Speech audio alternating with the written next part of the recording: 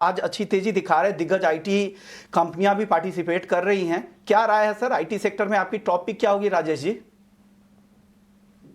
Good afternoon. तो देखिए, market में अगर हम देखें तो आईटी सेक्टर ने आज एक अच्छा मूवमेंट वापस बनाया है। हालांकि अगर स्ट्रक्चर देखें तो जो अगर आईटी सेक्टर में जो करेक्शन देखा था उसके इंटायर फॉल को अगर हम रिट्रेस करें तो 50% रिट्रेसमेंट आईटी इंडेक्स का करीब 38,500 के आसपास आता है। अ, वो एक मेजर रेजिस्टेंस है आईटी इंडेक्स के लिए। अगर वो लेवल क्रॉस होते तो हमें लगता है कि एक अच्छी रैली पूरे आईटी पैक में बनते हुए दिखेगी। बट टाइम बिंग हमें लगता है कि कुछ कंसोलिडेशन रेंज बाउंड रहेगा most of the IT stocks में। Select IT stocks outperformance दिखा सकते हैं और हमें लगता है कि वो आउट परफॉर्मेंस जो बनेगा वो मिड कैप आईटी स्टॉक से ही बनते हुए दिखेगा। तो हमें लगता है कि आईटी स्पेस में अगर यहाँ पे टाइम बिंग के लिए जब तक इंडेक्स में ब्रेकआउट नहीं होता है तो कोफोर्ज हमें यहाँ पे पसंद है मिड कैप आईटी स्पेस में। ये स्टॉक का जिस तरीके का स्ट्रक्चर है 100 डे मूविंग एवरेज के ऊपर सस्टेन हो रहा है स्टॉक।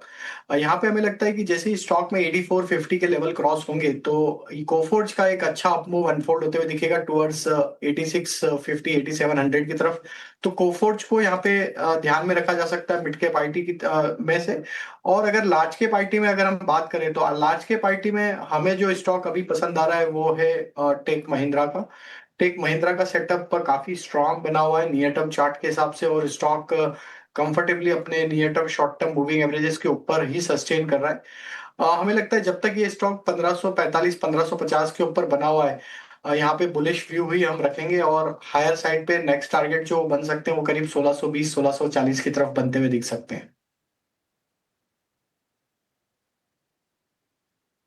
1620 1640 के टारगेट होंगे टेक महिंद्रा के लिए। और मिड कैप में कोफोर्ज कोफोर्ज पर कंसेंसस बाई है।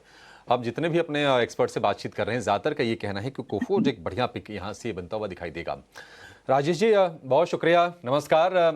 आप अपने शेयर बता दिए सर, आपने क्या स्टडी की है और आपके हिसाब से कहाँ पर अच्छे मौके बन रहे हैं?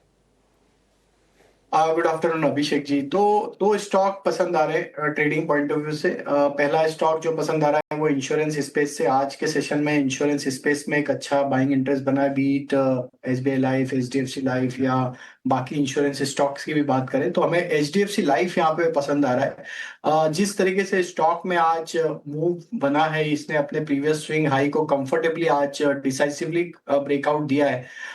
जो कि इसके सितंबर के हाई थे उसको भी आज सितंबर 2024 के हाई को सरपास किया है।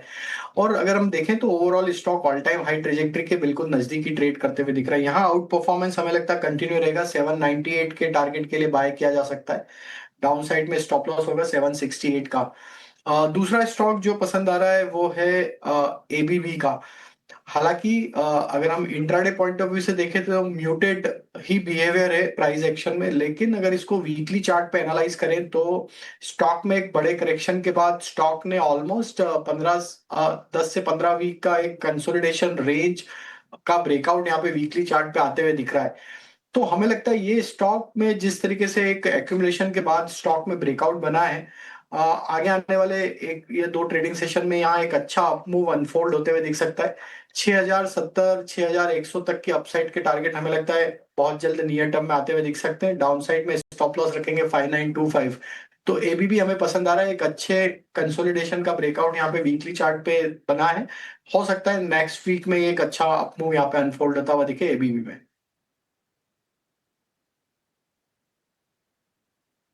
एबीबी को 6070 के टारगेट के लिए आपको खरीदना है और इसमें स्टॉप लॉस होगा 5925 रुपये का।